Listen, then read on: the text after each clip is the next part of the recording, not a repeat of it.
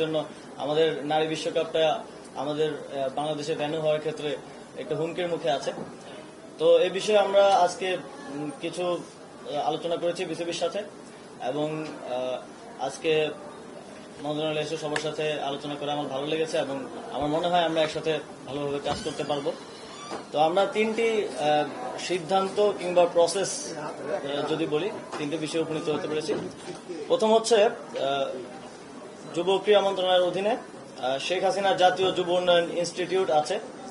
আমরা এটার নাম পরিবর্তন করতে চাই, যেহেতু বাংলাদেশে একটা ম্যাসাকারের সাথে শেখ হাসিনার নাম জড়িত আছে এবং হাজার সহস্র ছাত্র জনতা মারা গিয়েছে। আমরা মনে করি তিনি এর সাথে সরাসরি যুক্ত এবং সেই জায়গা থেকে এটা শুধু আমাদের মন্ত্রণালয় না, প্রত্যেকটি স্থানে এটা করা হবে। তো শেখ হাসিনা জাতীয় যুব উন্নয়ন ইনস্টিটিউটের নামটা আমরা পরিবর্তন করে বাংলাদেশ জাতীয় যুব উন্নয়ন ইনস্টিটিউট করছি এবং এই বিষয়ে প্রসেস চলমান থাকবে এবং দ্রুতই এটা কমপ্লিট হবে। আর নারী টি-20 বিশ্বকাপের বিষয়ে আমরা বিসিবির সাথে কথা বলেছি। যেই ইস্যুগুলো হচ্ছে তার মধ্যে সবচেয়ে গুরুত্বপূর্ণ হচ্ছে সিকিউরিটি এনশিওর করা। সিকিউরিটি এনশিওর করার ব্যাপারে স্টেট লেভেল থেকে কিছু কাজ করার ব্যাপার আছে।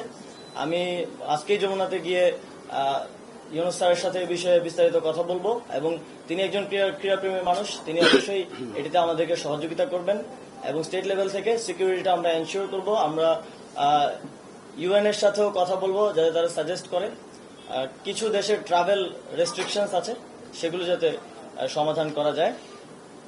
আর অবকাঠামোগত কিছু উন্নয়নের ব্যাপার আছে, সেগুলো মাননীয় সচিব আমাকে নিশ্চিত করেছেন যে কমপ্লিট করা হয়ে যাবে এর মধ্যেই।